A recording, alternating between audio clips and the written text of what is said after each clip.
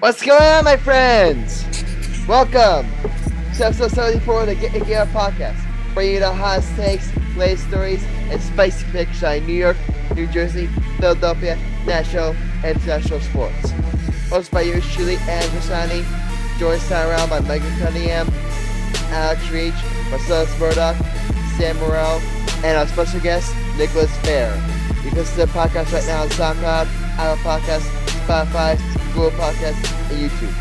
Also, be sure to follow us on Twitter at GetAGameOnFeed. And with all that said, it's time to get your game on. Guys, I have one question to ask you all. How was everyone's Super Bowl Sunday? It was amazing. The halftime show was really good. $5,000, so everything is good right now.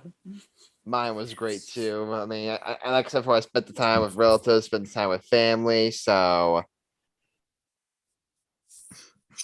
we had White Castle, so it was all good. Mine was really good. I mean, I'm a Rams fan, so I mean, as you can imagine, that's right. But let's not waste any more time here. We got a very special guest. Shut up. Hold on. You gotta let your guest talk. So our second ever repeat guest on our second ever repeat guest on the show he was on our second ever episode when we first did this podcast all the way back in March of last year. Our third. Well, that was episode 0. Now, not counting episode 0, this guy was on this guy was on one of our very first ever episodes, and we're so happy to have him back on to discuss his Los Angeles Rams, Nicholas winning the Super Bowl. Nicholas Baer. Nicholas, welcome back, bud. How you doing? Thank you for having me back. I'm doing very well. As you mentioned, I'm a Rams fan, so I'm thrilled with last night. I personally was, though, not a big fan of the halftime show. Not that I care to watch halftime because my team was in it. I'm really, really happy to have won and shut up all the Joe Burrow fans because I really hate them. I think they're just horrible people that overhype the dude for no reason. With Joe Burrow? Hold up. Now you're just talking out your ass. Right? We're not gonna talk down on Joe Shiest's name. No, I do not like. I don't like Joe Burrow. I don't like his fans. You're gonna come on our show and disrespect the guy we like. You can't disrespect Joe Burrow. You can't be doing that, Nick. You can't. I mean, if you don't like Joe Burrow, that's fine. You're entitled to your opinion, but I'd like to know why. Yeah, why don't you like Joe Shiesty, man? Why you hate Joe? I've actually completely trashed him on my Instagram page already. So, no, I don't like him because I really, honestly, he got popular even though he hasn't won a championship yet. Okay, so we can shut up about that. What are you talking about? Look at what he did with LSU.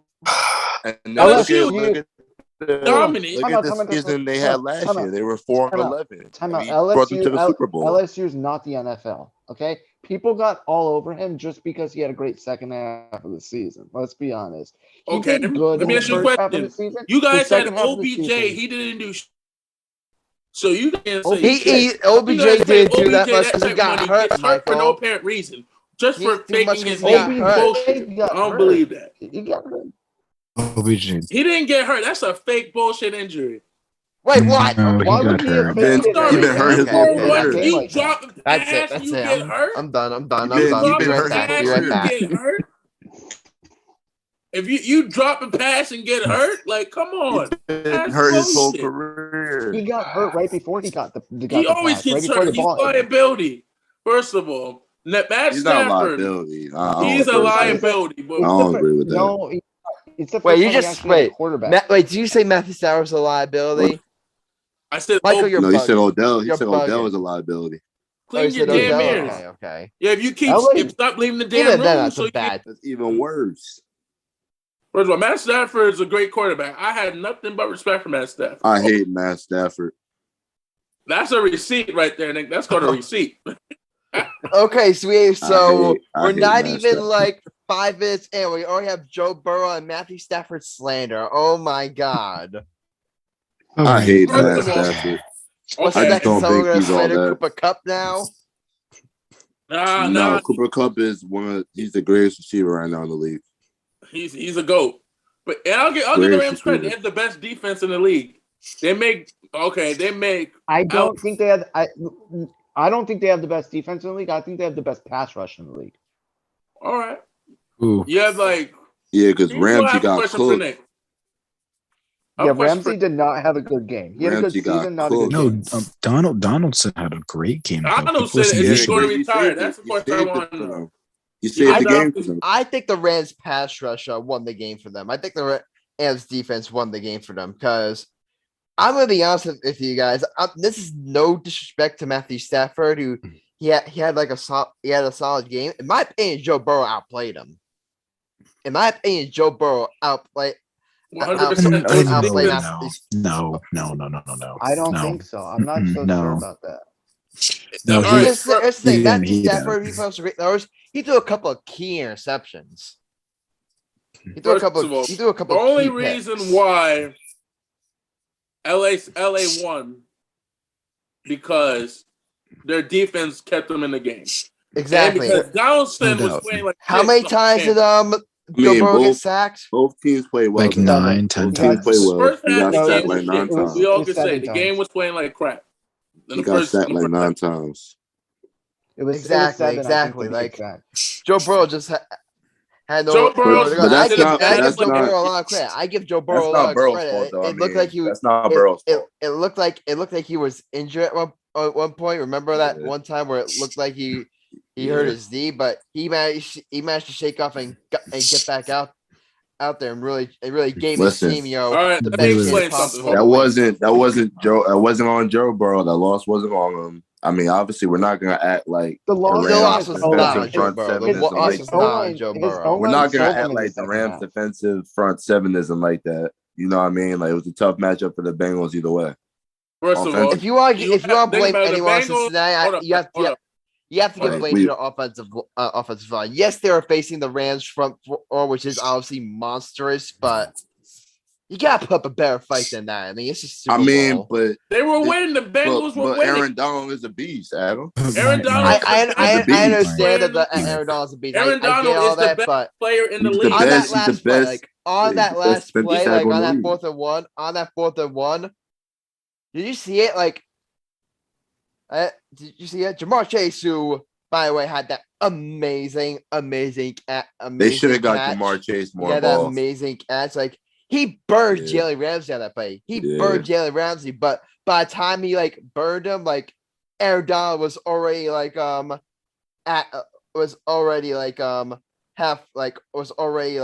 at Joe Burrow.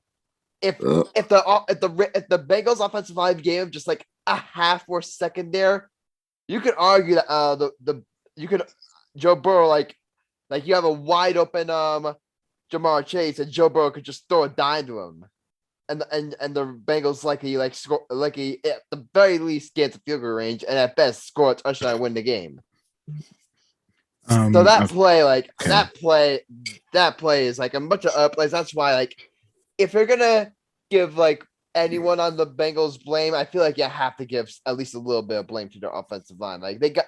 I understand that facing Aaron Donald, they're facing the Rams defense, which is monstrous, and give them all the credit in the world, but they have to have put up a better fight than that. I'm sorry. Okay, good. Sorry, Sam. Anyway, Sam, you had your hand raised. No, yeah. So I just okay. I just have a question for y'all because I was watching the game last night, and you're saying that the Bengals would have won if they would have got that pass. Can't you also say the Bengals would have lost because they would have had no momentum if it wasn't for the illegal helmet throw that guy did where he literally grabbed the guy's helmet and threw him to the ground for that one touchdown? Oh yeah. That was the refs are all over the place after this game. Because that was the only one. There were a bunch of questionable calls on both sides.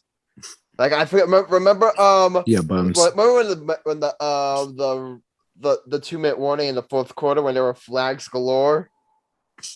There was flags galore for the Rams. They were just getting, the Rams were getting all the penalties going their way, basically.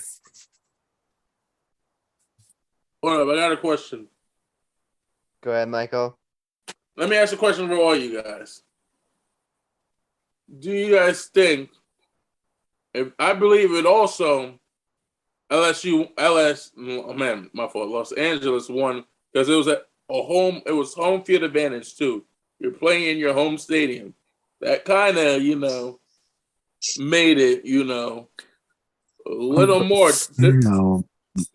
That low key not really, because you have.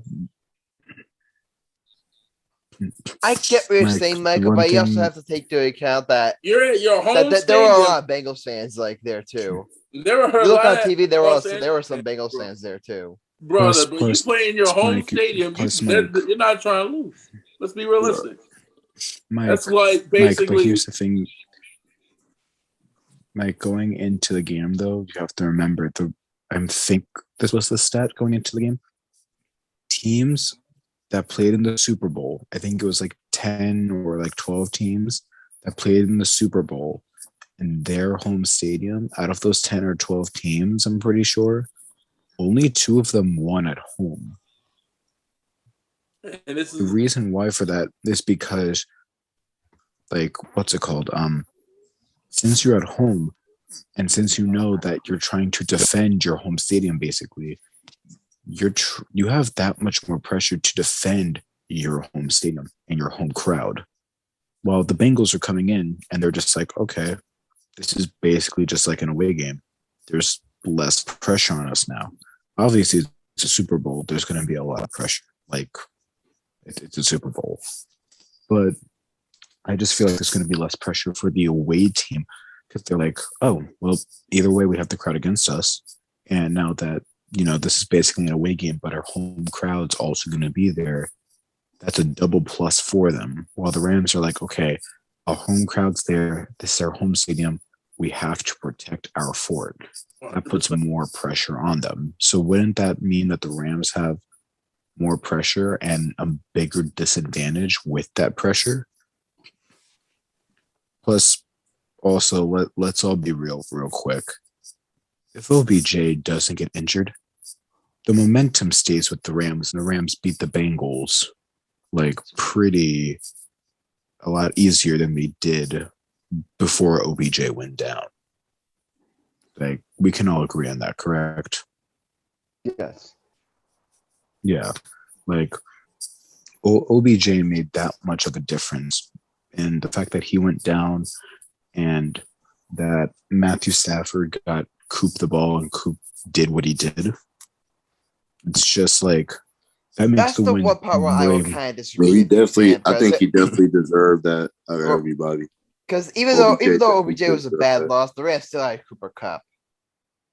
Like Cooper Kupp, he was a Super Bowl MVP for a reason. So I hear what you're saying. Losing OBJ, I'm not gonna say it didn't make a difference, but I don't think it made as big of a difference as you're claiming. No, I think it made a big difference just because if you were watching the game, as soon as OBJ went down, the momentum, you just felt it. It just shifted towards the Bengals. Did the injury happen before or after the Bengals scored their first touchdown? It was 7-3. It was 7-3 when he got hurt. Yeah, it was 7-3, and there was all the momentum for the Rams. They were doing well. And then OBJ got hurt.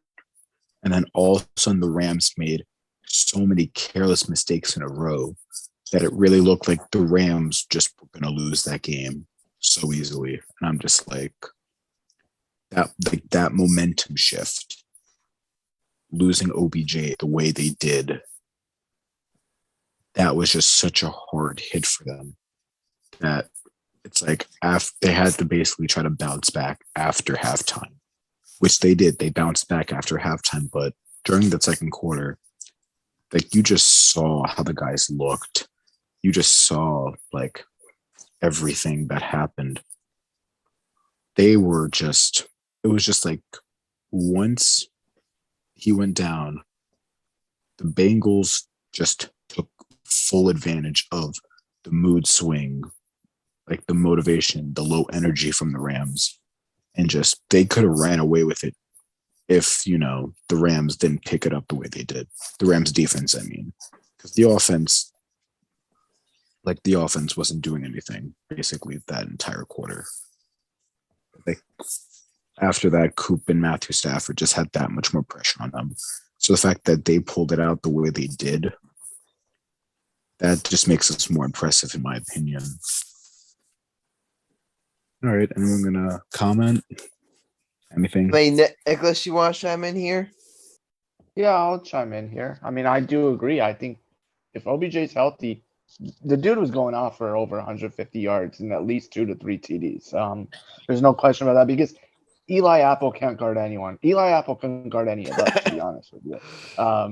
If I'm going to be completely honest. So OBJ was going to have a huge game for sure, and the Rams would have won that game at least by 3 possessions. And they would have made the Bengals look inferior. They would have made the Bengals look like a team that didn't even deserve to make the playoffs, which I think they deserve to make the playoffs. I'm just saying, if it had been a blown out, it would have looked a lot worse. And I also think not having Tyler Higbee really hurt the Rams too, because Tyler Higbee is a great safety net option for Matthew Stafford. And short passes about 5 yards, so that really hurt us as well. So, we were down bad at the end. I think if there was one more quarter of the game left, the Rams would have lost all their tight ends and would have lost at least one more receiver of theirs. I think we're lucky that the game didn't have a 5th quarter. All right, let me ask you a question, Nick, my boy. Me and you were tight. Everybody knows that. Me and you and Alex are in our basketball league, but that's a different story. We're about the Rams. You think they're going to repeat? If they get if they get every player to not retire, like Darnold. That's a big so if, you're asking me if they bring back everybody. That's the thing. That's a big if. First of all, the Rams could do it. I think they can do it, but I'm gonna say no, just because it is so damn hard to even win one championship. Like just watching the season that the Rams went through, half of our games this season we didn't even play that good. Like the Rams had to find ways to win. And of course, I think everyone knows Matthew Stafford is like the original comeback kid. He's very clutch in the 4th quarter, no matter what type of situation it is. But I'm personally going to have to say no here. I think they're going to have a great regular season again. I'm going to say no for the postseason just because it is just so damn hard to repeat in football with all the hits that you're taking every year, how quickly guys age and all that. I mean, things can turn around so fast that I just don't see this team being what they were this year, even if they have all the same players next year. Well, here's a question I want to ask you. What's the Rams cap situation? We're in a bad cap situation right now. We have like the 5th worst cap situation, but knowing Les Snead, he's going to work his magic and find a way to get us some money. And Andrew Whitworth is going to retire as well, so that frees up a little more money. No, yeah, I agree with what you're saying, and it's because I get it. I'm actually surprised. I'm a Ravens fan, so I know what you mean, because if you remember in the beginning of the season, the Ravens were killing it. We were like 7-2, 7-3. I think you guys were 8-3, right? Yeah, we were 8-3, and all of a sudden 8-3 went to 8-8 real quick. We went from making the playoffs and literally being a title contender to make the Super Bowl, and actually favorites to make the Super Bowl, to just one of the most disappointing teams in the league. So, yeah, I agree with you. I feel like the Rams could repeat. They would have to have like the perfect season for them. That's the thing. I think to win one, you don't have to have a perfect season, but you have to have a lot of luck go on your side. But to win back to back, you have to have everything. The go Super Bowl, perfectly. in my opinion, the Everyone Super Bowl is stays healthy, easily the all hardest the championship to coaches win in stay, all that. sports. No doubt, because it's like March Madness. This is literally how it is. You know how hard it is for college to win March Madness. It's the same thing. Because in all other sports, like in the playoffs, like in baseball, if you lose like one game in the playoffs, like you're not necessarily eliminated unless it's the wild card game. Same thing within basketball and hockey. In football, if you lose one game, you're done. You lose one game, you're done. Yeah, and so much can happen in one game that one thing doesn't go away. It could ultimately decide the game. Yeah, because let's think about it like this. There's a reason why I love bringing up this as the easiest, hardest thing because I always love comparing it to March Madness, which is basketball. And here's why. In a regular NBA playoffs, you can have a bad game in the playoffs because the next game you could go off for 40. We saw it with Chris Middleton. He was terrible one game, getting 8 or 10 points. And then next game, he would get 40. Next game, he would get 50. In March Madness for basketball, you can't have a bad game. If you're off for that one game, you better hope that your teammates can pick you up. It's the same thing in football. In like the playoffs for football, you can't have a bad game. And if you do, you better hope your team picks you up. Because if you have that bad game, the team can pick you up, that's it. Your playoff hopes are just done right then and there. Like, it can just take one bad game in the playoffs, and you're done. That's why it's the hardest one, because it doesn't matter if you're the first seed, the fourth. Like, it doesn't matter what seed you are. You can be entering the playoffs as the lowest seed possible. You could still win the Super Bowl if the 4 teams ahead of you that you verse, or the 3 teams ahead of you that you verse. I forget that sometimes, sorry. Either way, the teams that you verse ahead of you all have off games and you're just on fire the entire time. You could win the Super Bowl easily. I mean, the Bengals, we just saw, they almost did it. They're one of the hottest teams entering this playoffs. Like, we all thought, I thought, okay, they're going to win their first round, but then their second round, they're going to lose. They ended up proving me wrong, and they made it all the way to the Super Bowl and almost won the entire damn thing. Granted, off of some calls and some luck, but that's every team at this point. That's what makes it so much more harder. That's the thing. That's the thing. When you say things like, "Oh, X team got lucky to win this game," or "This game got lucky to this game," this is luck in every single game, in every single Super Bowl champion. I feel like to win a Super Bowl championship, not as I tell you, gotta at least have some luck go your way. Yeah, because here's the thing: you never hear in Super Bowl playoffs oh, the only reason why you won is because this player got injured in this game, so they weren't available. You rarely ever hear that in the NFL because it's if a player got injured, all right, they either got injured during the regular season or they got injured during that game. They didn't get injured before the game. And if they did, that's on you. In the NBA, the way teams get lucky is, oh, this player got injured, so he couldn't be there for the series. It's there's and that's what's great about sports, in my opinion. There's so many different narratives. And the way the Super Bowl is won, you need not just skill, but you need luck. In the NBA playoffs, yes, you need luck, but you need a lot more skill. Same with baseball. The NFL's, and that's why the Super Bowl's also in my opinion, I love the NBA. I love the NBA Finals. The Super Bowl is the best championship game in just all of sports, in my opinion, just for the sheer fact that it's literally the pro version of March Madness. You don't know who's going to win. You don't know what's going to happen. And really, the teams that make it there, they're really skilled, but they're also extremely lucky just to be there. Plus, you have to remember, all these other sports, they play 82 games, plus 100 games. The NFL only plays, each team only plays 16 weeks. There's 16 weeks in an NFL season. If this is not this is not one of those sports that lasts for 9 months.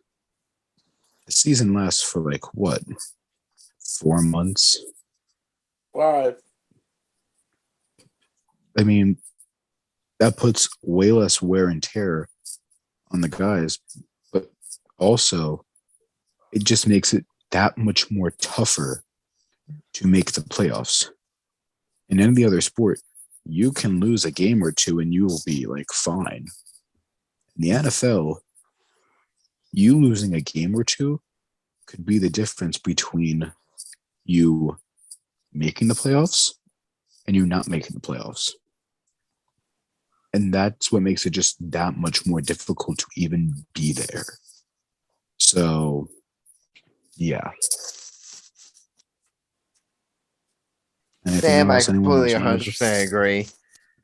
Also, while we're talking the Rams Super Bowl championship, can we give a shout out to Matthew Stafford?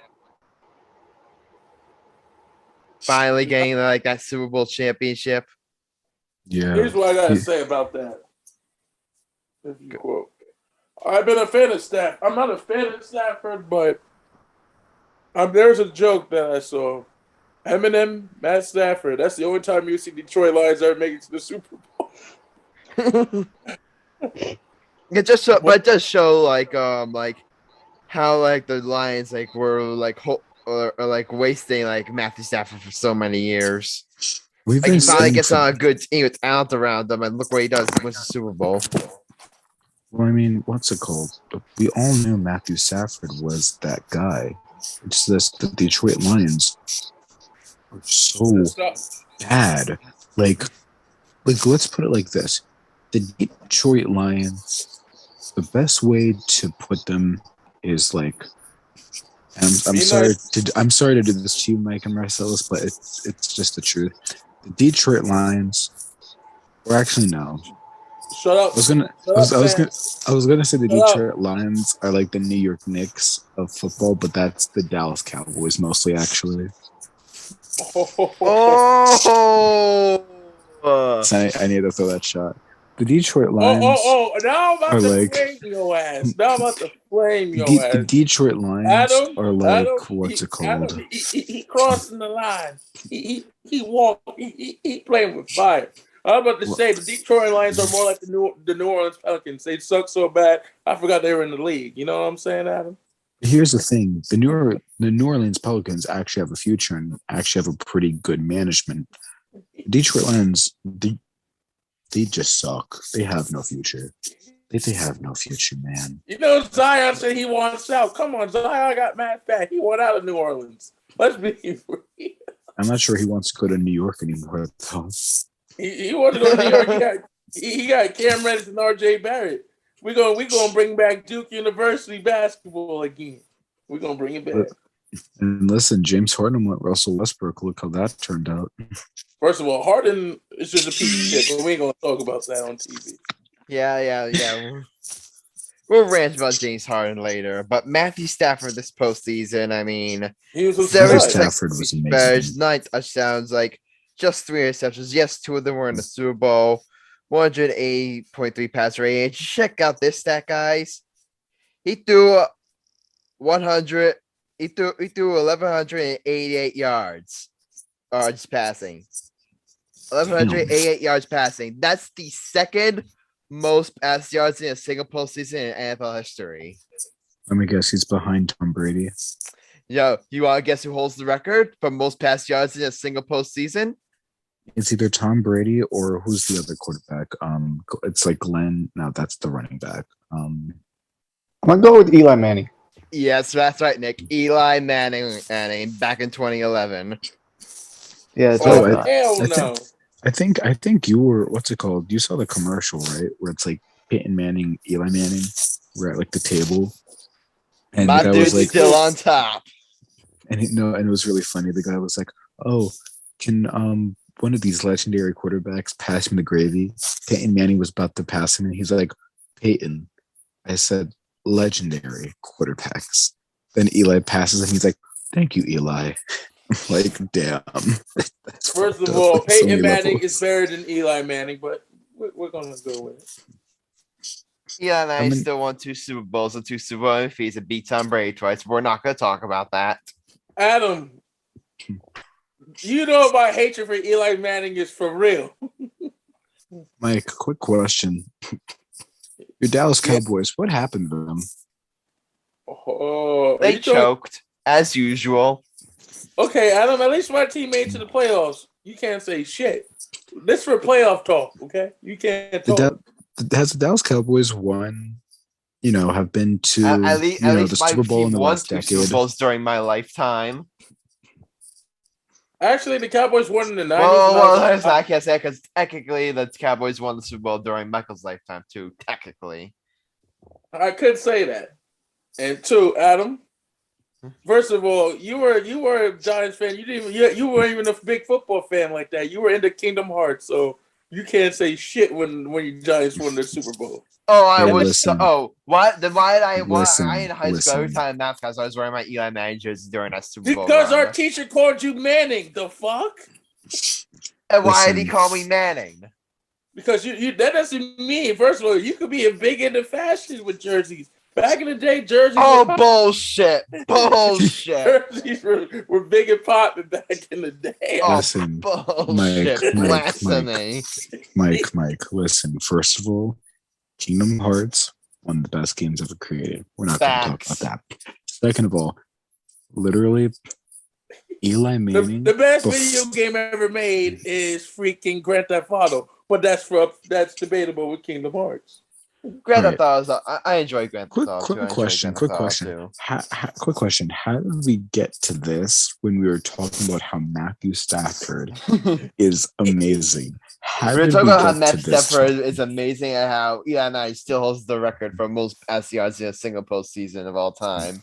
And then we went to Kingdom Hearts, and then to our This is viewers, going all over the place, show, so that's why I love our about show, this podcast. To all of our viewers that get your game on P, we switch everything up in this show. We go from here to here. This show isn't planned. That's why we love this show. Well, I mean, what's it called? Inside the NBA with like Chuck, Shaq, Ernie, and Kenny, they do this all the time. Like they talk about basketball, and all of a sudden they talk about like something else. It's real funny. Well, first of all, this is inside the NBA. We're inside the NBA. Adam, you're EJ. Sam, you're Kenny Smith. No, I'm Chuck. I'm Chuck. Chuck, All right, then I'm who's Chuck. Shaq? You're Shaq. Who's Shaq? That's what I'm That saying. means Mike I is can kick Shaq. Sam's ass. I can kick Sam's ass. Okay. That's what I'm saying. Mike is Shaq. And I'm Alex Chuck. is Kenny. Marcellus is D Wade. Who's Chris? Chris is Draymond Green. He's still active playing. Because Draymond is in the. But does anyone else have any final thoughts on the Super Bowl? I won $5,000, so that's pretty nice. Oh, that's nice. The final thought is that Matthew Stafford played out of his mind, and congratulations to him for this entire postseason. Yeah. And Donaldson, don't retire yet. Donaldson, don't retire yet. Yeah, let's talk about that. Do you guys really think Aaron Donald's going to retire? No. I think he's retiring. I don't think he's retiring just for the sheer fact that he played amazing this playoffs to the point, or the Super Bowl, to the point where people were like, Donaldson low-key could have won MVP. In my opinion, he should have won MVP. In my opinion, he should have won MVP. No disrespect to Cooper Kupp, but in my opinion, Donald was the MVP. Aaron Donald's my MVP. I was surprised it was Cooper Kupp. But as for Aaron Donald, I think he is definitely going to seriously consider it. But I think the competitiveness in him is going to bring him back for a couple more years. I just don't think deep down inside, he is such a competitive person. And I think we all see it on the field every week that he's just not going to want to walk away yet. But he has nothing left to prove. I mean, he's done it all to this point. In just 8 years, he's locked. He submitted himself as one of the greatest defensive players of all time. MVP award. That's the only thing that's missing. He needs an MVP award. Right. He made. He has 3 defensive players of the years. You could still be an MVP as a defensive player of the year. I know you can, but it's basically in today's NFL. It's like next to impossible. In today's NFL, it's nearly impossible. Back in the whatever, the 80s, when the Cowboys were actually good in the playoffs. That's Hold up. You guys, hold up now. Hold up. We still got more Super Bowls than you do, but that's not the point. Thank you. Continue. bro, you guys We have haven't still, won the Rams have more show. Super Bowls Nick, in this I love century you, than the brother, but Cowboys you do, can't be Michael. coming Just on the- FYI. What? The Rams have more Super Bowls this century than the Cowboys do. Just FYI. Listen at him. You stick So in the do playpen. so do Mike Sam's Ravens. So do my Giants. So does Alex's Eagles. So does Chris's Chiefs. As he just said, Nicholas's Rams. The only one you have bragging rights over is Marcellus. Hey, Adam. That's not really bragging rights. You stick in the playground. Listen for the adults, okay? You stick in the playground. Thank you. No, but in all seriousness, Okay, though, you know what? Player, Just for that, player Michael. just can't win MVP nowadays. It's ridiculously hard to win MVP as a defensive player. Yeah, it is. It is. Yeah. I honestly don't think we're going to see another player win defensive MVP for a long time. Adam, totally worth it. No, but yeah, it's like, here's the thing. The only reason why I think Donaldson isn't going to retire, like, he may consider it. The only reason why I don't think he isn't, like, yeah, 100% he's competitive. I agree with you there. But if this was one of those championship games where it's like, he obviously did amazing, but like, he didn't like you saw, like, okay, maybe he's like a little out of it, or maybe he's not as like good. Yeah, I would retire right now just so that you get the Hall of Fame career. You don't like ruin your reputation or career, as we've seen with people like Antonio Brown, who've decided to come back and make him seem like a crazy head. Antonio Brown's a retard. Exactly. He's basically ruined his career by coming back. But here's the thing with Donaldson. The fact that he almost won MVP for the Super Bowl, and people were saying he should have won it, that to me is going to show him, like, yeah, I still got 2 or 3, 4 or 5 amazing years left. Like, that's going to show him, like, yeah, I can still perform at a high level, if not a higher level, for another 3 to 4 seasons. So I think he should do it. Plus, like you said, this is only his 8th year. Tom Brady, old as hell, played like 22, 20, what was it? He played at least like 20 plus years. Like, the man finished when he was like, what, 45, 46 years old? He almost played into his 50s, Tom Brady. Donaldson's how old? He's 30 right now. Exactly. Donaldson's 30 When is he turn years 31? I honestly don't know. I don't keep track of player birthdays. I can look up right now. But Nicholas, what do you think? Wait, I think, like, here's the thing. I personally, like, do I think he's gonna retire? I don't know, but I wouldn't necessarily be surprised if he does, because we see maybe Aaron Donald's thinking, you know, I have nothing more left to prove, you know, why play like more years and possibly risk something that could like further damage like my physical and mental health, like, but Adam, down the road. Adam, so that might be what he's thinking. But Adam, you have to remember, like, if this was when he was like older, like 30, like even just 35, I would get it. He's 30 years old going on 31. Usually people enter their primes at like 27, 28, and then their primes end around 34. I get what you're saying, but that might be what Aaron Donald's thinking. But just wait at least till you're 34 so that you don't waste your prime. That's what might make him lean towards retiring. Hold on, but by the way, Aaron Donald turns 31 in May. Because they take he turns 31 in May. Football primes aren't the same as basketball and baseball. I'm not saying Aaron Donald is in his prime right now. I think we all agree he's in his prime right now. But football prime isn't really the 28 to mid-30s range as is baseball and basketball. But I think if Aaron Donald does come back next year, which I would expect him to do, I think he just comes back, finishes out his contract for 3 more seasons, and then hangs it up. Yeah, that's what I'm saying. I think he's going to finish at like 33, 34, which would be understandable. Like, that's an understandable age where it's like, okay, you don't want to push yourself too much. You've already proven that you're like elite. You don't need to push yourself any further. But like, he's still got a good like 3 seasons of elite play in him. It's not like next year he's just gonna drop off and he's just gonna start like sagging. Unless he has a major like injury. next year.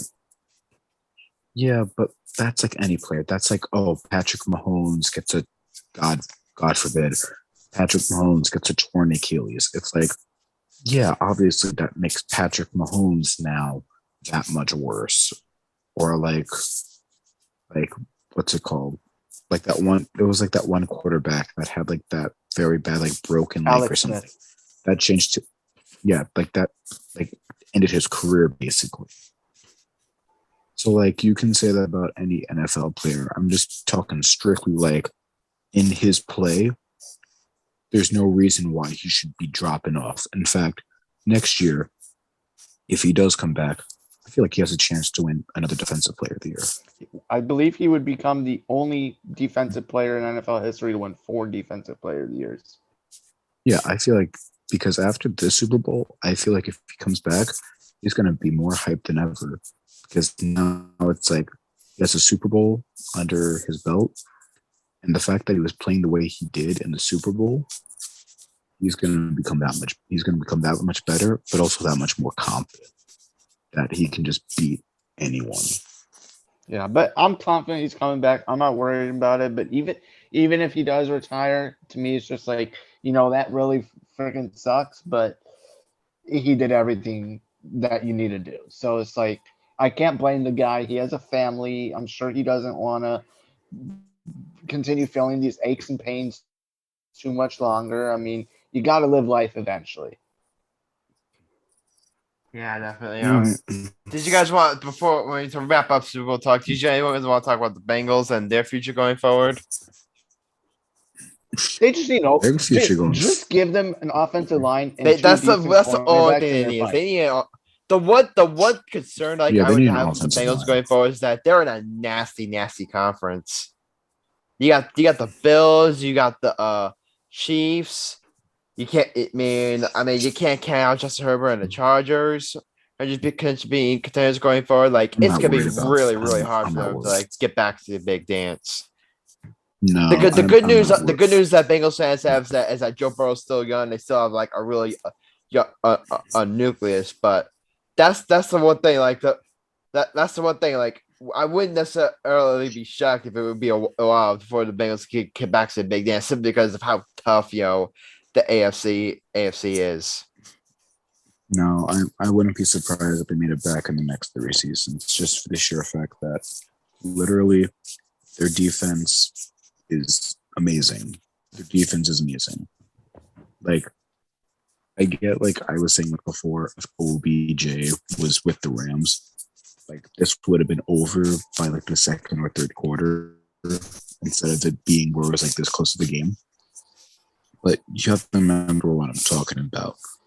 We're talking about a Rams team that had Donaldson as their defensive man, who's amazing, who had Coop, who's one of the best wide receivers, if not the best wide receiver in the league, OBJ, who was absolutely killing it in these playoffs, and Matthew Stafford, who he locked himself in the Hall of Fame. Let's be real, he's a Hall of Famer. Matthew Stafford is now a certified Hall of Famer. So no one was going to beat this team. No one's going to beat the team, especially if they're like on fire the way they were. No one was going to beat them. That being said, there's only one team I feel like the Bengals have to worry about, and that's the Chiefs. And it's for the sheer fact that Patrick Mahomes is the same thing as Tom Brady, in my opinion. If Tom Brady is out on that field, you can't count him out. Like, he is feared. Tom Brady, when he was on that field, he was respected, sure, but he was feared. Same thing with Patrick Mahomes. Patrick Mahomes is respected, but he's feared because he can make stuff happen with average players. Think about what I just said. Patrick Mahomes can make things happen and make teams better with just average level players. That's my only concern. If they can just get an offensive line, the Bengals, that can actually protect Joe Burrow, and also, I would like to see Joe Burrow run the ball a little bit. We saw him run the ball somewhat. We saw him be somewhat mobile, but for the most part, when he was getting sacked, he wasn't being really that mobile. He was just mostly like standing in one spot and going farther and farther back. He wasn't trying to like move and get out of the sack situation, which maybe could have helped somewhat. So I just feel like Joe Burrow needs to learn to be a lot more mobile rather than just stationary. And the Bengals they definitely need to get an offensive line. If they don't get an offensive line, then I don't see the Bengals making it far any single year, just for the sheer fact that now teams know that they can get past the offensive line. And if they do, Joe Burrow is absolutely nullified. He won't be able to do anything. Yeah, because that's what the Rams did. Yeah. Plus, another thing, the Bengals, they need I believe in their coach, but he needs to be different. Like if you saw the Bengals were basically doing the same plays over and over and over again. Like after a while, I think the Rams are going to pick up what you're going to do, so they know how to get around it. Like they needed to switch it up somewhat, and they weren't switching it up. You saw the Rams. The Rams were switching it up a lot. The Bengals just kept the one offense going the same way. So they also need to kind of work with that. All right. So, any thoughts of the Super Bowl? You want to talk commercials, halftime show for a bit? Let me talk about the halftime show. Commercials were boring, in my opinion. I enjoyed the halftime show, though. First of all, you had Dr. Dre. You had one of my favorite West Coast rappers. You got Dr. Dre, who is probably the greatest music mind in the West Snoop Coast. Dogg. Yeah, Snoop Dogg, who is probably the top 5 greatest rappers of all time. You have Eminem, one of the greatest top 10 rappers of all time. Which, by the way, I tweeted this out. Lose Yourself will never not be goated. First of all, Lose Yourself is probably the best song in 2002 when it came out. And you have Mary J. Blige, who is probably the greatest female R&B singer of all time. And you had 50. Like, come on. And then only thing missing, I thought, was going to be Ice Cube going to come out, and they do an NWA. And if everybody doesn't know what NWA is, you shouldn't be watching this podcast. If you're from the West Coast, you don't know what NWA is, you don't live in the West Coast. The only thing I sing is NWA. Yo, straight out of Compton, crazy mother named Ice Cube. On a gang called Niggas Wet True. That's all I gotta say. Yo, we the new NWA. I'm Ice Cube. Alex is Dr. Dre. Sam is DJ Yella. Marcellus is Eazy-E. And Nicholas is MC Ren. And Chris is the Arabian Prince. That's our NWA names. And who am I? I said you're Easy. You're MC. Okay, I'm Ice Cube. Okay. Adam, you're Dr. Dre. Oh, okay. Okay. Sorry, I missed you. Adam's the one white guy that just stands next to Dr. Dre as the bodyguard. Okay, well, that's me. Adam would be like, should I smoke this chronic? He's the one guy that's just right next to Dr. Dre, just bopping his head to the music, but he doesn't know what the music is. Adam's that one white guy you bring to the party, and all the black people love. That's me. That's me. Pretty much. Yeah, pretty much. That's Adam's that one extremely white guy that you go to the party with, and I'd be like, yeah, man. Now Alex will be like, no, this is what Alex does when he goes to a party. Alex goes to the party, follows me, and then sits and observes the room and records like this. This is Alex. He records all over the room. I'm like, You see, I'm the type of person. Alex, you're a savage for that. All right, let's start this hot take now, right? who really put me in the waiting room for that? Alex did. Alex, you know that's the truth. That's what you do at a party. Don't get mad because you do that at parties. Don't be a little girl. Little girls can be very strong. That's all I gotta say. First of all, we all know Alex is a little petty today. All right, let's start my hot take, Adam. Before we do your hot take, we forgot about one other segment here. Fuck that. We're not doing that. The Olympics are over. We are doing Alex's Winter Olympics storyline. Alex, take it away. Adam, who gives a fuck about the Winter Olympics? By the way, Nicholas, you're gonna stick around for the rest of the episode, right? If you guys want me to, I can. Oh, you're more than welcome to stay. We're gonna stay. Nick, we don't want you to leave. Alex is gonna talk about Winter Olympics. Then Mike's gonna do his hot take. Hey, Nick, you, Marcellus, and Sam need some more IQ because I can't deal with these two idiots on my right. You know what I'm saying? Okay. Okay, yeah, I can stay to help you with that. To help definitely, do with definitely. But Alex, go ahead quickly. Go ahead. Wrap it up, your Olympic Rich. segment. Okay, the biggest news to this hour right now is the teen figure skater Kamila Valieva is expected to resume her Olympics after failing a drug test, and she's expected to make her debut tomorrow. I'm not sure what time, but it will be something to watch out for sure. The U.S. bobsledders. Oh yeah. Can I talk about that for a second? So apparently, we talked about last episode the Russian figure skater that tested positive for a banned substance.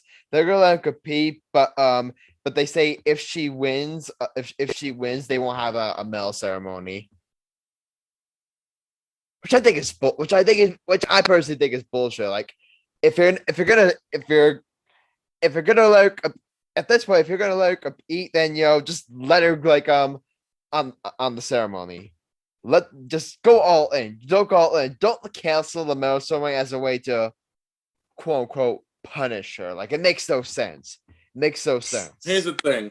That doesn't punish her though. That's not a punishment though. You basically not a punishment. You still won. Exactly. It's bullshit. It's like basically saying you won a medal, but since you took substance, you're not getting your medal. First of all, if you're going to suspend her the whole 10 yards. Don't be like the NBA. That's if you want Usher, then like suspend her for the Olympics.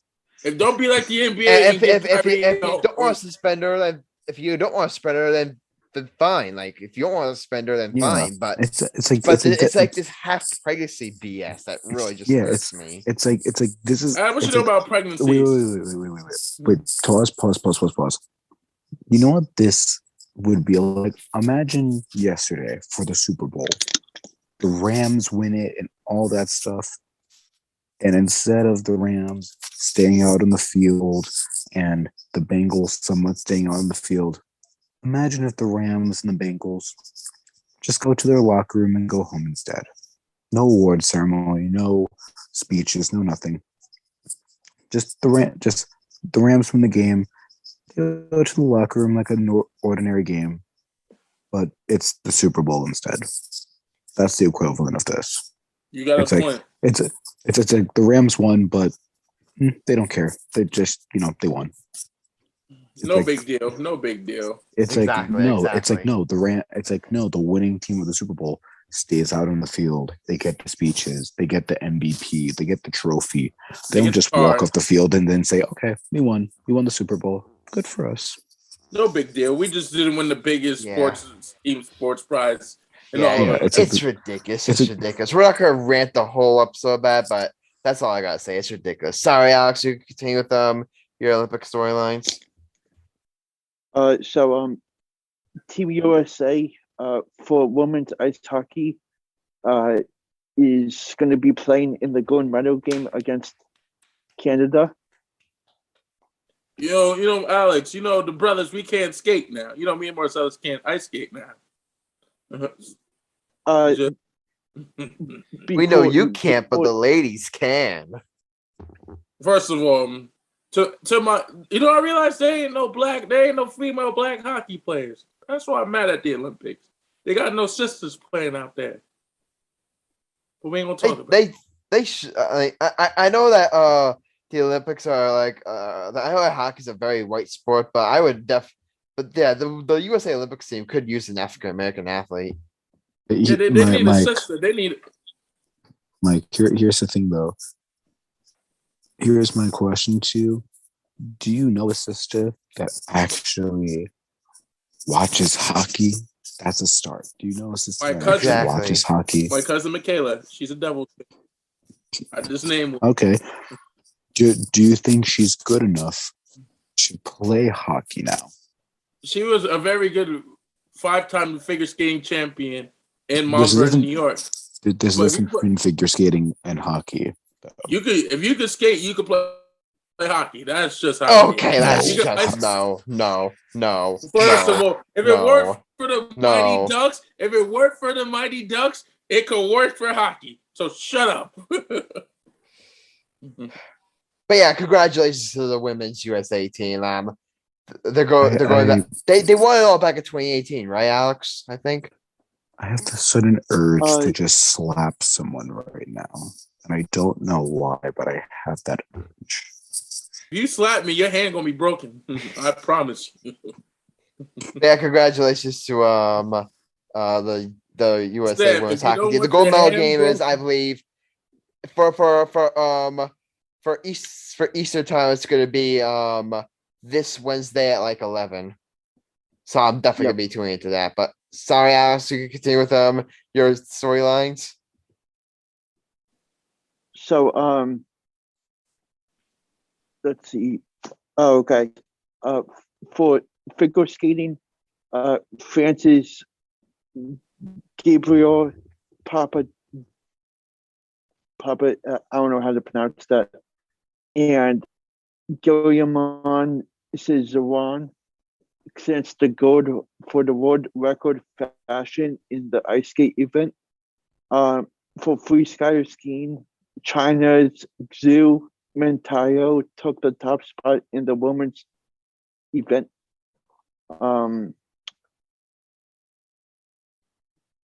China's Kang Fanu bounces back after a wipeout in freestyle skiing final event. And let's see. Oh, Australia men win the ski jumping for gold. And there's a bunch of other things going on at the moment. I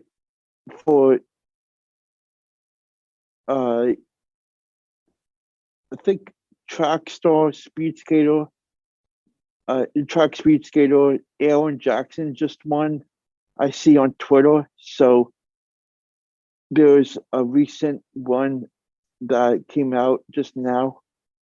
And I believe that there's events going on all throughout the night, and I'm excited to track some other events throughout the next couple of days, and I'm looking forward to talking more about it on the season finale of this episode. Oh yeah, any updates on men's ice hockey? For men's ice hockey, I think let me say they owned a bye into the quarterfinals with a 3-2 win over Germany in their preliminary round finale on Sunday. The Americans enter the game needing only a win or regulation tie to secure the top seed in the group. They finished with a 3-0 record and won't play again until Wednesday. So they won't play until Wednesday, which will be a very interesting matchup, whoever they play on Wednesday. Definitely. I've also been watching like some curling like as of late. I gotta tell you, it's the most confusing sport ever. I like watching because it's kind of like slow paced stuff. But when I watch curling, I have no idea what's going on. Same, yeah. It's definitely a sport that like you don't really know what's going on because the scoring is so difficult to understand. Yeah. I got like to into some cricket. It's bobsledding. like- I haven't tuned into any bobsledding yet. Bobsledding is goated. Hey, Sammy, you have something to say? I know. I was gonna say it's like cricket. I don't understand cricket. It's like baseball, but like it's not baseball, and all you're doing is running to 2 sticks instead of 4 bases. I don't get it. Adam, I got one thing to say before I end my segment. Go ahead. After Big Mike retires from basketball, his new sport is bobsledding. I don't know if you're trying to be racist or because don't be doing no disrespect, but because like I say, I know what's worse. Watching bobsledding or your jump shot, but we're not gonna go there. Damn. Moving on. Well, I mean, is Alex, wet, or is he, His drum shot dry. It's like Mariah Carey singing. It's just terrible. Oh, that's bad. But Adam, you know what time it is.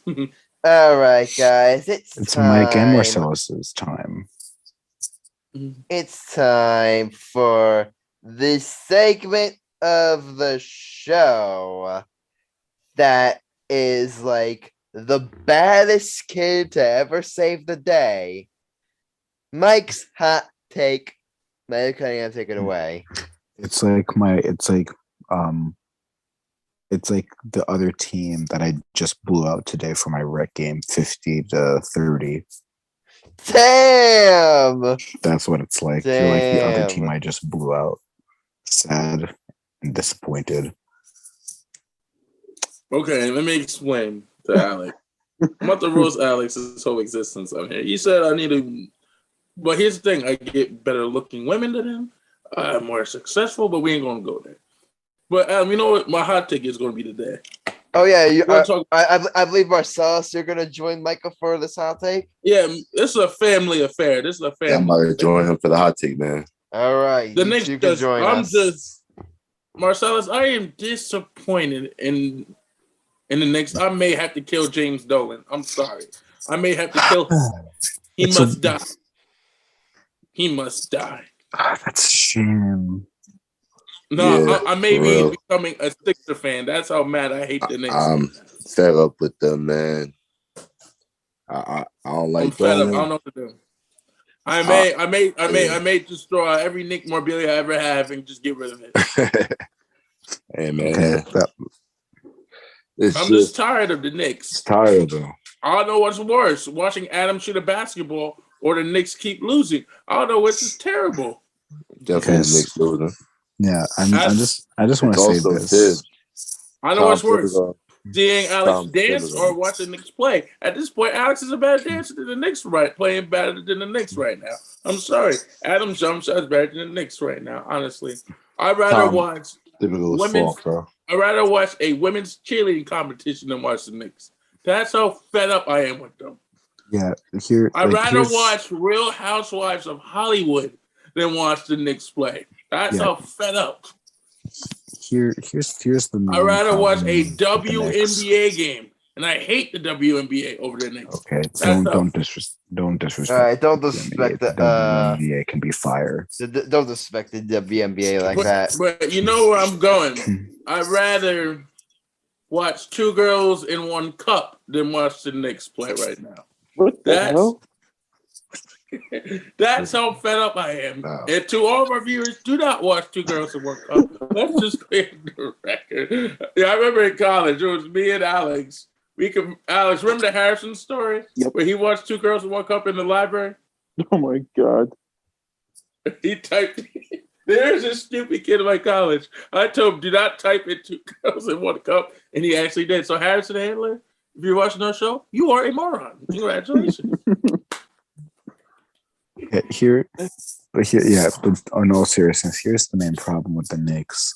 Yeah, Tom Thibodeau is not doing well. But here's the thing. Tom Thibodeau was doing really good last year, which is why I'm kind of confused on what he's doing this year. First of all, you have no defensive energy. You have no defensive players. Yeah, but here's Julius Randle just fell off the face of the earth. I think that's the big problem for the Knicks. That's the big problem. That's what, even more on Tom Thibodeau, Julius Randle falling off a cliff really hurt you guys. Because last year was the MVP candidate. Last year was the MVP candidate. Now this year he's not nowhere close. Here's the thing: Julius Randle is not an all-star. Like, he has to be a second option. I'm gonna say this: if the Knicks get somebody good in the offseason, ideally he's a third option. Just think about Knicks. He's a second option. Third championship option. Team. He's a second option. He can be a second option. If you have prime Jordan, sure. If you have prime Jordan or prime LeBron, sure. Okay, but here's the main issue with the Knicks, and I'm being serious. Just let me finish because I need Go to ahead, rant Sam. a little bit about this. Come on, I'm the Knicks fan in here. Let me rant. I'm tired of seeing disappointment. I'm tired of crying to my pillow every year, Sam. I'm in pain, for God's sakes. I'm in pain. Mike, remember what I said when I first started this podcast? Yeah, I'm a Pelicans fan. But you're also a Knicks fan. Yeah, I'm also a Knicks fan. Me, you, and Marcellus are in pain, okay? We are in bed. Let me just rant really quick. Go ahead, brother. The Knicks. Okay. The coaching staff, for me, is a problem, but it's not the biggest problem. The players are a big problem, but they're not the biggest problem. The biggest problem, and I will keep saying this until this man is fucking gone from the league just in general. James Dolan. He's on my kill list. He infuriates me. James Dolan I want dead. He's on my kill list, Adam. Yeah, because for those who don't understand the pain of being a Knicks fan, the reason why we're all in pain is because of James Dolan. Fucking Dolan. He's a fucking moron. It's not even the fact okay, he's a bad owner. He's a bad owner. But you have such soft skin. You're so soft to the point where someone can literally say, sell the team. And you're just like, okay, yeah, you're banned from this arena. Are you fucking out of your mind? You banned Charles Oakley for saying you need to get rid of the team. Wow. Yeah, and this is when I lost all hope for James Dolan. Don't forget the incident with Spike Lee. Remember that? I was just getting to that. That's what made me lose all hope for James Dolan. The fact that you actually convinced Spike Lee, the greatest Knicks fan to ever live, the best Knicks fan to ever live.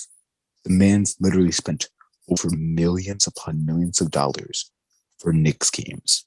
Yeah, that same old thing. Yeah, the fact that you actually made him not come to that arena and watch any Knicks games for a whole season. Not just for a game or two. The whole season. That's when I lost it. That's when I'm like, okay, you can go after random fans if you want. Fine. You can go after, haters. But Spike Lee, You go after the man that's literally giving you over $10 million. And guess what that was over? Over a fucking entrance. That wasn't over, oh, okay, he's telling you to sell the team. It wasn't over, oh, because of blah, blah, blah, blah. It was literally because he was going to his seat the same way he's been going to his seat for the past decade or 2 decades now. And just like he said, you couldn't call him to say that there's a different entrance. You couldn't call him to say, hey, Spike, listen, there's a new policy. You have to go to the celebrity entrance. You couldn't say that? You couldn't call him. Yet, if he's a day late for his payment, you blowing up his phone. Are you that stingy? Like, are you that low? Like, Mr. Dolan. Like, I shouldn't even call you James Dolan. To be honest, I shouldn't even be calling you by your name, but I only saved that. Hold up. Here's the thing why I hate James Dolan, Sam. I got a bunch of reasons. Let's see. You got Carmelo to come to the Knicks. Okay, that was great. And then you traded him for Enes Kanter, who was a scrub. Kanter, who is a scrub. Let's see. You also had Allen Houston's big-ass contract, and he didn't even play with us that much. Okay. Boom. And then you traded Patrick Ewing, and then you couldn't sign Kevin Durant and Kyrie Irving, who you couldn't just wait a year. You fucking moron. And also, I knew he was dumb when he said he wouldn't give KD a match. You could have gave him the max. I don't care. We would have. James Dolan. Even tried all of us that, it really just proves how incompetent confident James Dolan is. You are a moron. Listen, as long as a dumb sack of shit. As long as Dolan is you there, are ignorant as fuck. As long as Dolan is there and Tibbs is the coach, the Knicks culture is slowly decreasing, going down. So, can't believe I'm going to say this, Adam. I thought I'll never hear myself saying this. But on February 15, 2022, Michael Joseph Paul Cunningham is no longer a Knicks fan. And Marcellus Murdoch is no longer a Knicks fan. I'm not a Knicks fan no more until they trade Randall, till Dolan. If they get rid of, here's my demands, I'll become a Knicks fan again. They get rid of Randall, they get rid of James Dolan, get somebody that knows the game of basketball. James Dolan is just a rich boy that don't know about sports, who got picked on when he was younger, so he can get a basketball team. He's like Skip Bayless. He doesn't know the game. You're just all right. Just so you guys know, just Michael Marcellus, if you guys are renouncing Knicks fandom, just so you know, we're taking people like across the Brooklyn Bridge. So listen, no still stands. I'd rather be a Pelicans fan first. I'd rather become a Pelicans fan than become a Net fan. Thank you. Can't even do that. Going to the Pelicans, huh? At least the Pelicans fan base, at least they're cool. You guys can't even have an all-star that can't be that has to. Why would I become a fan for a part-time player? I can't support that. If I'm a fan of you, you gotta play all year round, not just away. Sorry, speaking of the Nets. By the way, great win against. I got another demand. I got another thing I got to talk about. I don't think Harden and Embiid are going to play well wrap together. Up your hot take. I think Embiid and Harden can't play together. Here's why. Harden proves he can't play with big superstars. He just proved it. He had Chris Paul as a point guard. He couldn't play with him. He had Westbrook. They couldn't play together well. In the last year playoffs, he had KD and Kyrie. They couldn't do shit. His thing. You got Dwight Howard as well. And he had Dwight Howard. Here's the thing.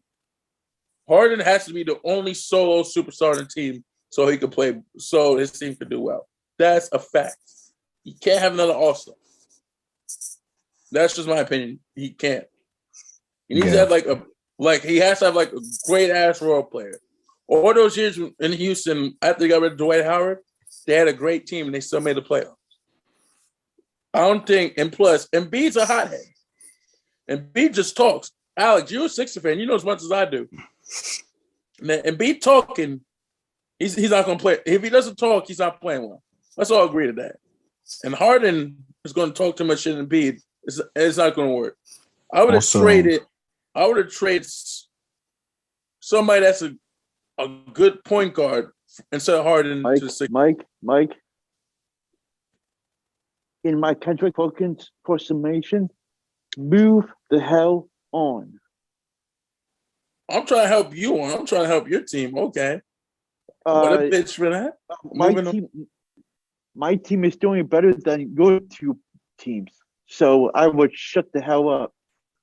Oh, he's getting big now. Okay, he got no bass in his voice. You better be talking to Adam like that. You ain't gonna talk to me like that. You know about it. Two. My son. You my son. Don't disrespect me like that. Don't do that. Don't do that on air. Don't do that on air because I'll beat your little bitch ass up. Don't play with me. No, Adam, you better talk to him before he gets his ass whooped on national TV. Yeah, that's what I thought. It just won't work with Embiid and Harden. It won't work. That's why. Sam, do you think Harden and Embiid will work together? No, I don't. It's also for the fact that they gave away too much for Harden, and I think the big piece that they gave away was Seth Curry. Just because, yeah, you dumb sack of shit, Alex. All my friends that are Sixers fans, besides you, they said that was a stupid trade. You guys gained one good player, max, for Seth Curry, who's probably a great shooter. Ben Simmons, I would have thrown away anyway because he trash. No, Ben Simmons is going to be amazing with the Nets. What are you talking about? Ben Simmons was trash on the Sixers. We already knew that. Yeah, but now he's going to be an all-star to a star-level player on the Nets because here's the thing. The reason why Ben Simmons and Joel Embiid didn't work out was because Ben Simmons, he needs the lane. He needs to be inside. But Joel Embiid does his best work in the paint. Now you put him on a team where no one's going to be in your way, where you can drive inside at will and be like Giannis. Come on now. Like, Ben Simmons is not a good spot. Would Ben Simmons shoot the damn ball this year? Would he shoot the damn ball if he's wide open? He doesn't need to shoot the damn ball.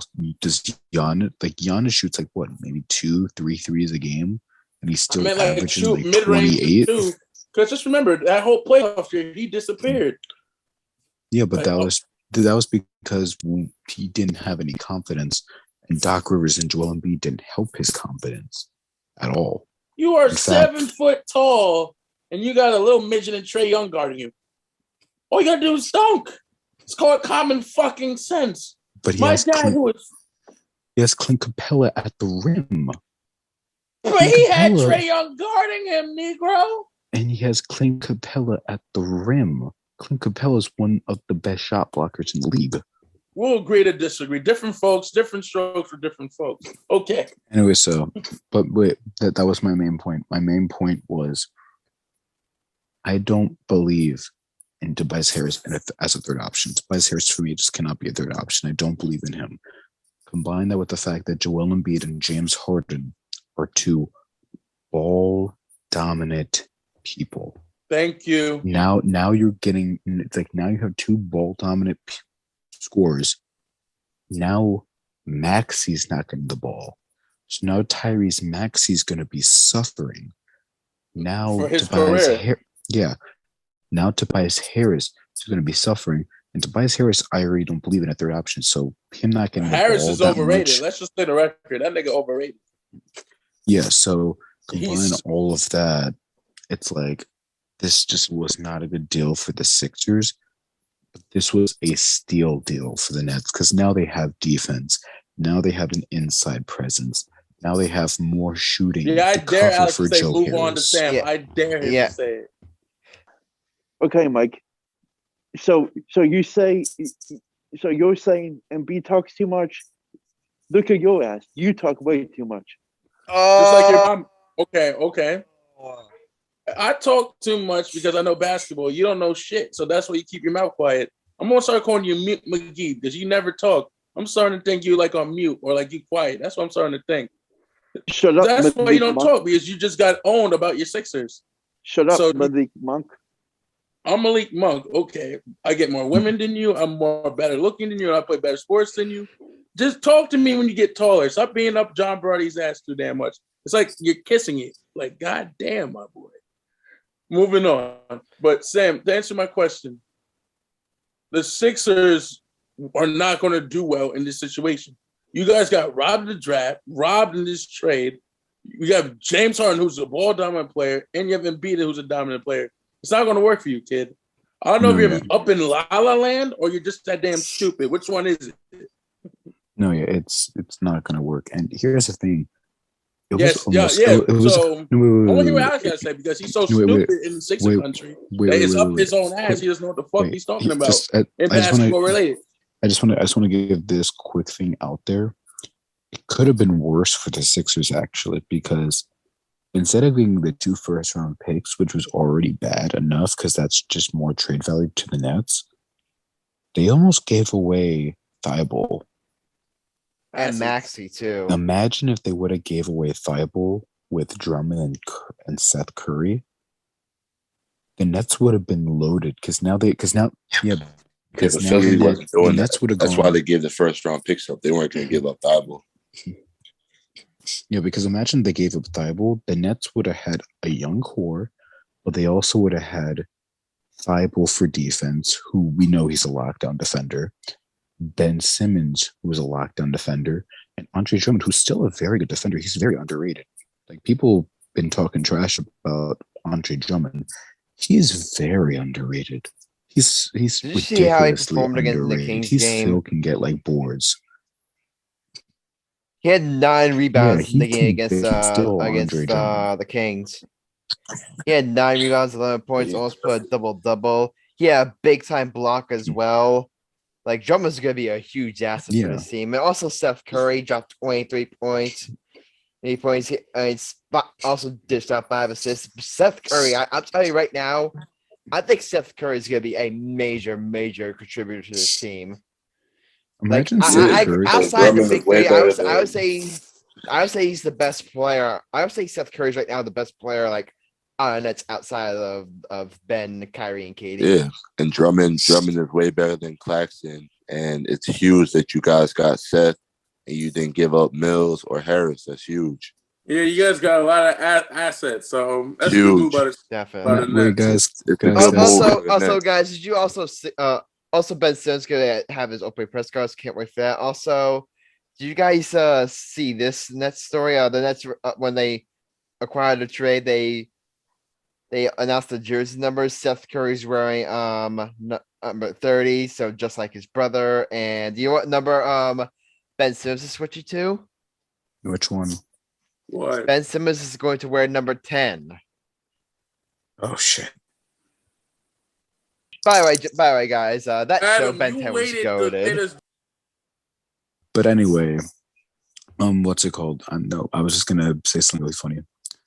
Imagine if Seth Curry now becomes like Steph Curry because he's with Kevin Durant. That's gonna be fun. That's a good idea. I never thought about that. Sam. Kevin Durant would get another ring because the Curry family is donating him rings, basically. That would be hilarious. That would be funny if Seth Curry is the reason why Kevin Durant wins another ring.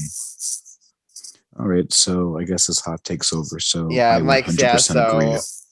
I mean, Marcellus, Marcellus was going to participate, but so are we going to count Marcellus as a vote?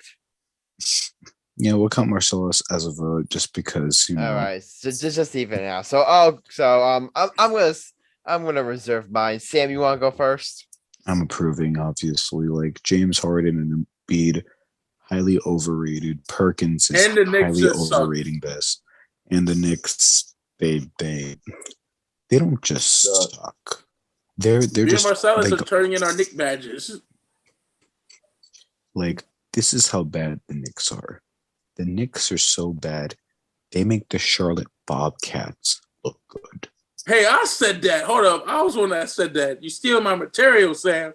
Steering. The Charlotte Bobcats? Adam, did I just say that last episode? No, you didn't. I did say it. You son of a... Well, if you did, I don't remember it. But yeah, they make the Charlotte How about this? They make the 2010, 2011 Nets, which is one of the top 10 worst teams of all time. They make them look good. That's how bad the Knicks are. They make some of the worst teams in NBA. They make it look like Anthony Bennett was a good pick. That's how bad the Knicks are. Sam, we get the point. The Knicks just suck. We get it. The Knicks don't just suck. They're like below Garbage. sucking. Like they're they're just below sucking. They're the vacuum cleaner right now. They're just sucking everything up.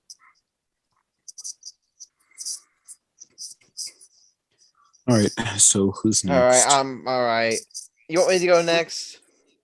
Go ahead. I was Pussy. kind of leaning towards no because Michael's shifting this from a Knicks slander to like the James Harden thing threw me off guard. But at the end of the day, I do agree with a lot of your points. James Dolan is one of the worst owners of all time, and I'm not necessarily as down as James Harden going to the Sixers as you guys are, but I feel like with James Harden, with every single situation he's gone to so far, it's never worked. It's never worked. He didn't work with CP3. He didn't work with Westbrook. He didn't work with Dwight Howard.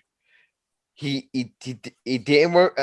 We thought he was going to work with Durant and Kyrie, but that didn't work. If he didn't work with Durant and Kyrie, when is it going to work? So, Michael, because of that, I'm going to. Now he has to work with Embiid.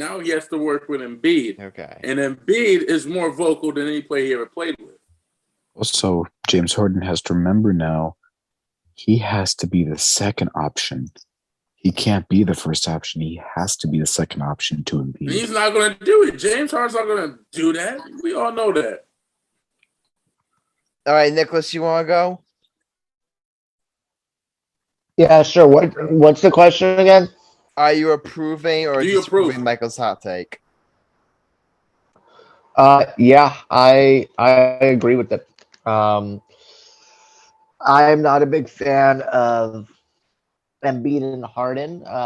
Personally, I'm not a big fan of them either of them individually.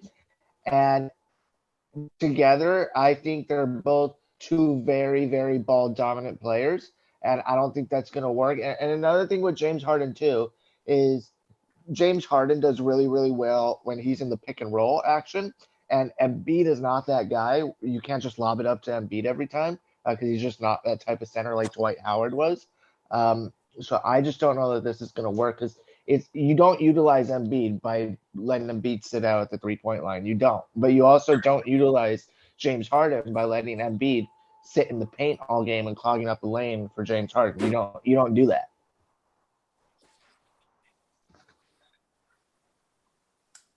All right.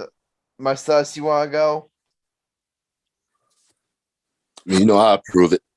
Yes, no questions there. Last up, Alex. Who are you going to vote on this? How are you going to vote on this? Alex is obviously disapproving. We just his 6 years. He's obviously disapproving. Yeah, we let kind him talk. Okay. I will nail this down as best as I can. The Sixers front office organization did this for something. It might work, it might not work. But at the end of the day, the Sixers are trying to compete for a championship. And this is just the start of it. I don't give a F about what your nonsense is, Mike, about Embiid and Harden playing together.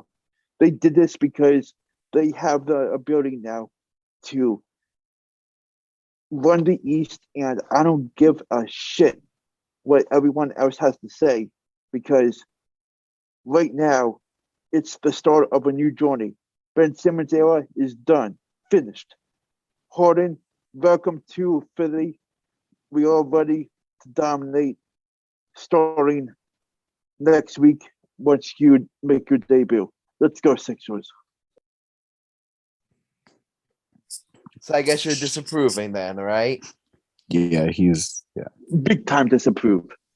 Okay, Just but say that. regardless, Don't Michael's beat around hot the take, your bush hot like take has that. been Just approved, say it. and Wait, but here's your my thing, record Alex. is Alex, now You gave a whole thing. No, but Just say no.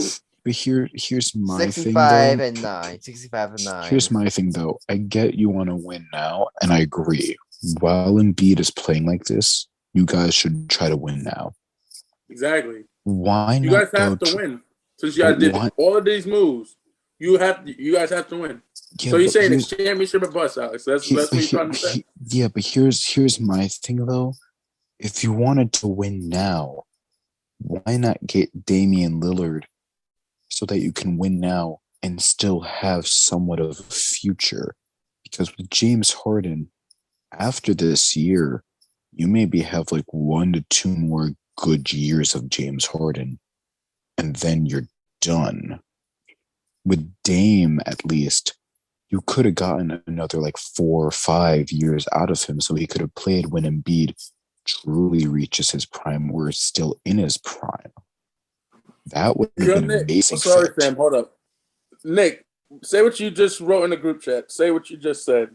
The Philadelphia 76ers going all in with Joel Embiid is like the Los Angeles Rams going all in for Aaron Donald. That's a good point. So, Except for it's very similar. It's very similar. Except for the fact that this is a Philadelphia sports team instead of LA.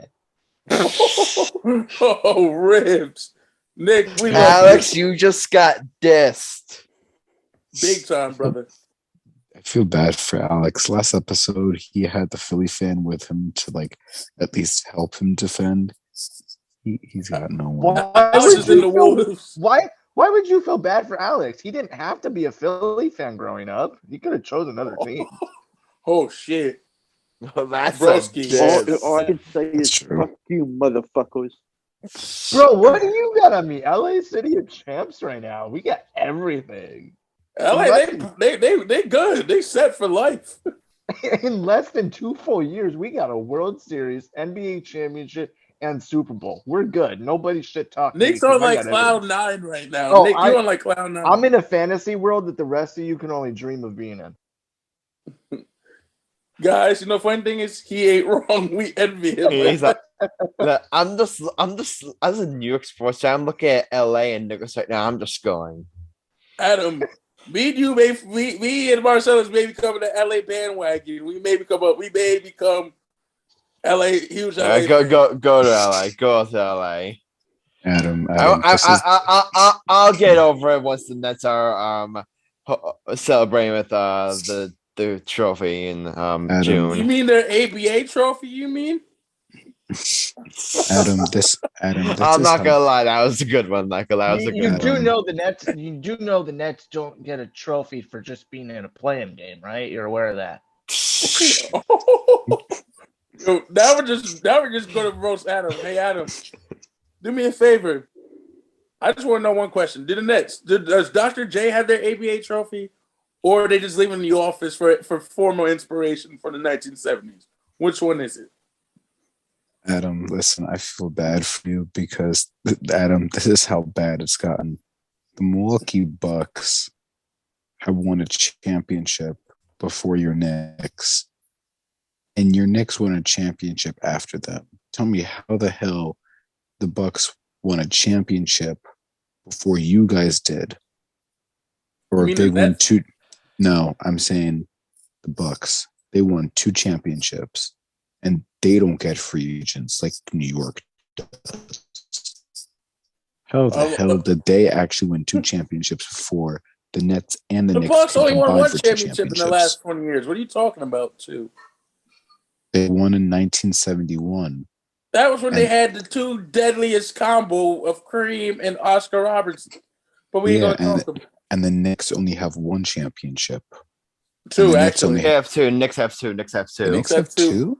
Yeah, they have 2. Oh, Get your facts right. How many do the Nets have? You talking about ABA? You talking The about Nets NBA? have less championships in their franchise Let's than LA let's does let's this let's decade. not have an NBA title yet. Let's not have an NBA You title guys yet. have Eastern Conference championships. That's all you guys have. We went to the That's so finals bad. back-to-back years. Because of a Stop- short. Can you please stop bragging about going to the finals in back-to-back years? Like, as an LA fan, that doesn't impress me unless you guys win. I expected you to impress me. Adam. Hey, Adam. Yeah, Adam, you're saying, you know I you're love you, saying That's buddy. why. You That's know why I I'm love you. saving, waiting to celebrate in June.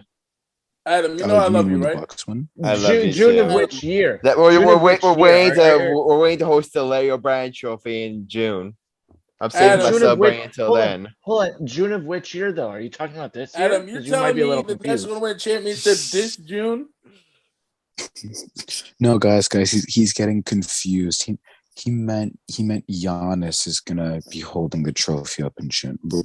We're so sorry, Adam. We're sorry. But Giannis All right. isn't on the Nets. All You got Ben right. Simmons, who didn't get Giannis. Mike, I don't know. Mike, I don't know why you talking, you Knicks fan. That's right. Look Negro, who's you a Knicks talking fan right too. now. Look who's talking. Sam, Mike, you a Mike, Pelicans yeah. fan. You haven't even Mike, seen yeah. championship, at least a title. So I don't want to hear shit. Mike, you know when the Pelicans were made, right? Yeah, but The they Knicks were, have been around since the 1969s, and they have 2 at titles. least we have championships, baby. You don't even have a single championship. When the Have you, junior talk to me championships. when you When was guys make the when was the playoffs last and a deep championship you won? playoff run. Then we can have a convo. Mike, Okay. when was the last championship you guys won? I was in my dad's sperm then. Oh, exactly. So you When's the can last shut time up. y'all won a championship you weren't even thought of yet? Mike, that's because we literally, the Pelicans are 15 years old. Your Knicks were 70 years old. If the Knicks haven't won in 70 years, I'm sorry, but the Knicks have more problems than the Detroit Lions. Did you not just hear my hot take? We have a terrible, crappy owner that doesn't care about winning. He just cares about crying and kicking out fans. He don't care about basketball. He Exactly, not care and about bloody my hot owner for the Pelicans actually cares about winning, which is why he made a team that doesn't just outclass the Knicks, but makes the Knicks look like a complete laughing stock. We are a laughing stock. I had no problem saying that. We suck. And the Pelicans are now playoff bound, so you can suck these nuts. The play-in isn't playoffs. The play-in is technically not a playoff, Sam. You have to get to the playoffs. Yeah, and I'm gonna be getting Are we gonna say the play-in is the playoffs or not? to the playoffs. I'd personally No, it consider isn't. It's not. It's the play. No, it's not. It's not. not. You could play Things off. are The not the play-in is playoffs. just stupid. I don't know why I they think do it it's in the stupid first too. place. I think it's stupid Here's too. the No, I thing. like the You have play-ins. 10 teams in the playoffs. It's a Technically, neat 10 idea, teams playing but for the playoffs. execution is just. That's just BS. No, Just I think about like. it. You can be here's- the 8th seed and lose to a 9 and 10th seed and be in the playoffs. That's just bullshit. No, here's the thing. I like that actually, just because it makes it a lot more interesting and makes it have that March Madness feel. Like, just because you're a higher seed doesn't mean that you're necessarily better. Might as well do it if they're going to have a play-in seed. Might as well do it for every team in the play. Every team then, from one to for every team in each conference. Then, if they're having a play-in tournament, might as well do it that since in March. Mike, imagine that you do a play-in tournament for the entire thing. So it's like you just put all 32 teams in the playoffs, and you do like a March Madness type thing. That would be kind of awesome. Holy shit, that would be amazing. Your Knicks actually might win a Silver, if championship. you're watching this, do it, brother. Mike, the Knicks might actually win. If they get lucky, they win. Fuck you, dipshit. All right, we're way past the clock. We're going nuts here. So, Michael, we gotta move on to Black History in sports. Michael, take it away. What can I say about Black history in sports nowadays? We could talk about how great. We're going to talk about the first LeBron James passing Kareem. You can talk about that first. Michael, just talk about how much better in basketball you are than Alex.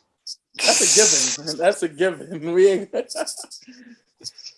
That's already a given. That's actually an interesting topic. No, it's Here's not. the thing. Me and Alex played each other in basketball every time. I beat him. When we played 2K, I beat him. I beat him by over 100 points, and he got mad. He quit in the third quarter. And his roommate's even worse. John Berardi's even worse. Tell me how the first time I played John, he was beating me by 20 points. And then I started playing for beating him by 50 in the fourth quarter. You got to be that bad in 2K. Well, Mike, what's it called? All I know is that in real life, you're not beating my ass in basketball. I could beat your fat ass easily. My fat ass. We gotta my get that ass game is sometime. fat, but I'm not fat. Wait, so Michael, Alex quit faster than Antonio Brown quit on his own team? Pretty much. Oh! Alex, I'm sorry. I'm sorry. You've been like the punching bag for this entire episode. Nicholas, I have a question for you, Nick. How Yes. the hell are you not a sports broadcaster for like ESPN already? Please. God damn, I'm man. surprised you're not a fucking comedian right now, dude. You didn't make my ass laugh all The amount of roasting you've done, holy shit. Adam, can we keep it? No one is safe from Nicholas Baer. No one's safe. You guys just all got to follow me on Instagram. But you see my story. I go after. I follow him on Instagram. His Instagram shit is fucking hilarious. I don't go after like individual people on Instagram, but I'll go like after players and shit. I don't give a shit. Nick is hilarious. I remember one time we had a whole conversation about how the NBA sucks, and it made me laugh. I went after the whole Lakers team like last week. I don't know if you remember that one. I saw that one. That one was hilarious. I was like, "Dear God, man!" Here, I'm a put my Instagram in the chat right now if you guys want to follow me because I just go after. Yeah, definitely put in the chat. Definitely put in the chat. But Michael, is that all for your Black History Sports segment? That black people will always beat white people in basketball. It's just that Michael is superior to Alex in basketball. And that's Adam your black and myself. But basically, Michael's superior to all of us in basketball. That is your Black History and Sports segment, everyone. No, he's not. He's not superior to me. I know damn well. I can beat him. Me and Marcellus will beat Sam and any player of his choosing in 2-on-2. Any player of my choosing. So even one of my homies that knows how to play basketball, like we will cook you. Like no, you ain't messing with the bloodline, baby. You ain't messing with the bloodline, baby. Mike, I mean like D1 athlete. I can take a D1 athlete. That's no problem, baby. All right. I got an idea, guys. You wanna know what we could do for Black History Sports? Adam, please let me talk about Donald Sterling. That's like every black man's dream is to piss off. It's a roast Donald Sterling. You've already roasted them before on this podcast. I don't care. Donald Sterling is the biggest idiot of all races of all time. Let's just say how you're dating a black woman. I don't get why you say the N-word when you're dating a black woman. How stupid are you? And then have a recording and call Magic Johnson a nigger. What kind of crack are you smoking? Like, what type of crack it is? You smoking smoking crack, you're doing meth, and you're doing cocaine and heroin. If you're doing the up down boogie with a black woman, and then you called her a nigger because she was getting free tickets from Magic Johnson. So Donald Sterling, you are a disgrace to semen and sperm and every people of all time. You are just a waste of it, cum space that your daddy gave to you in that condom. Okay, you are a cancer to society. You make Nick want to change being from LA because you're a disgrace. Your wife is so hard that Sam has to go. Don't worry, the Clippers are irrelevant in LA. First of all, you're just a joke. You're just a Donald Sterling. You're just a joke. All right, guys, we gotta move on to. It's getting late. We gotta move on to our bets of the episode. To recap last episode, 3 of us won our bets and 3 of us lost our bets. So Alex, you won. You bet you had Xavier over UConn on the money line and 76ers over the Cavaliers on money line. You nailed both. You add 10.36 points. Marcellus was bet he had the Hornets over the Pistons minus 6.5. F and F. So Hornets covered the spread. Marcellus, you add 9.09 points. Michael had the Cavaliers over the Pacers money line and 76ers over the Thunder money line. And he nailed his parlay. He adds 5.39 points. But everyone else lost. Chris had Grizzlies over the Hornets on money and Lakers over the Warriors on money line. Grizzlies beat the Hornets, and the Lakers came close. They had a really good lead over the Warriors, but they ultimately blew the game in the end. So, Chris, if you're listening, we are so sorry. We are so sorry. Sam had the Magic over the Jazz and the Magic over the Suns, and a parlay. Magic lost both those games. And I had the Bengals over the Rams in the Super Bowl and Joe Burrow on the over and the passing yards. Bengals lost and Joe Burrow didn't get the over. So my saying it probably was a complete disaster. So to get out the understandings, Michael remains our ringleader. Reigns in first place, 32-4 record, 393.64 points. I'm in second place, 31-42 record, 360.74 points. Sam remains in third place, 31-42 record, 341.90 points. Alex remains in fourth place, 27-45 record, 340.85 points. Chris remains in fifth place, 31-42 record, 328.04 points. And Marcellus remains in last place, 40-33 record, 318.53 points. All right, guys. Guess what? This is the final bet of the season. The final bet of season 1. This is it. After this, all bets will be final. And our next episode, we're gonna declare we're at. So this is our last bet of the season. I decided to do something special. You guys want to guess what it is? This episode, I'm gonna give everyone the ability to make not one, but 2 bets. And this includes parlays. So if you want to do one parlay, you can do a separate parlay along with it. How's that sound, guys? How's that sound? I gotta go real quick. My iPad's about to die, so let me go real quick. I got Cavaliers versus Hawks, Grizzlies versus Pelicans, and Bucks versus Pacers. It's been real. I'm gonna do my signature catchphrase, and we're out. Deuces. All right, so let's get Chris. Chris couldn't make it, but he did text me his bet. I let him know of the rules, so he did do 2 parlays. He has Kentucky over Tennessee on the money line, Oklahoma over Texas on money line, and Michigan over Penn State on money line. 1 parlay and his first parlay, and his second parlay he has the Grizzlies over the Pelicans money line, Hawks over Cavaliers money line, Heat over Mavericks on the money line. All right, guys, this is it. This is my last chance to make one last push to outduel Michael Cunningham and make one last push for first place. So this is it. Everything's it's do or die time. It's do or die time. So I thought something. Since I have 2 chances right now to get into first place. I have 2 chances. So I figure I'm gonna put my best foot forward in both these bets and hope that at least one of them can land. So in my first parlay, I am gonna take the New Jersey Devils over the Tampa Bay Lightning. Over the Tampa Bay Lightning. My Lightning Devils are at home against the Lightning. Yes, they've stuck this season, but they did win these past. They win 2 of the last 3 games. And Tampa Bay, they've been kind of on a skid right now where they've won and lost. They did beat the Sharks, but the previous game lost to Avalanche.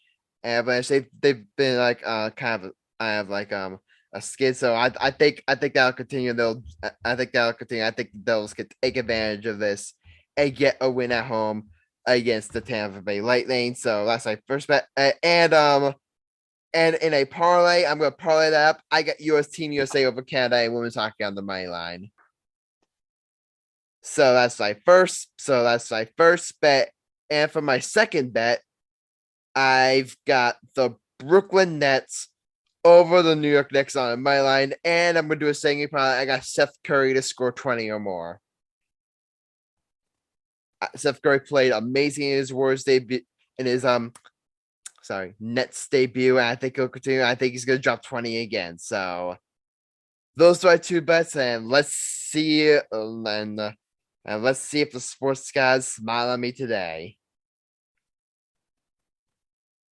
All right, Alex, you're up. Okay, I am going to do